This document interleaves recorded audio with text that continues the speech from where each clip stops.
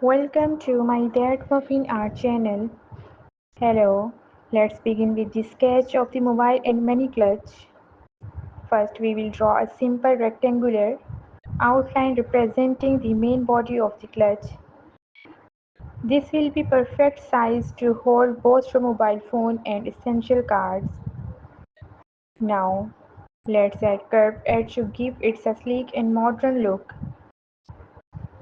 Then, divide the interior into sections. Start by sketching a slot on the left side for your mobile phone. This will keep your device secure and easily assemble. Next, we will add a few smaller compartments on the right. These will be perfect for your cards, cash, and even coins. Let's add a zipper pocket here for extra security. Now let's focus on the closer. We will draw a flap on the top of the clutch. This flap will have a magnetic clash to keep everything moving to the front of the clutch. Let's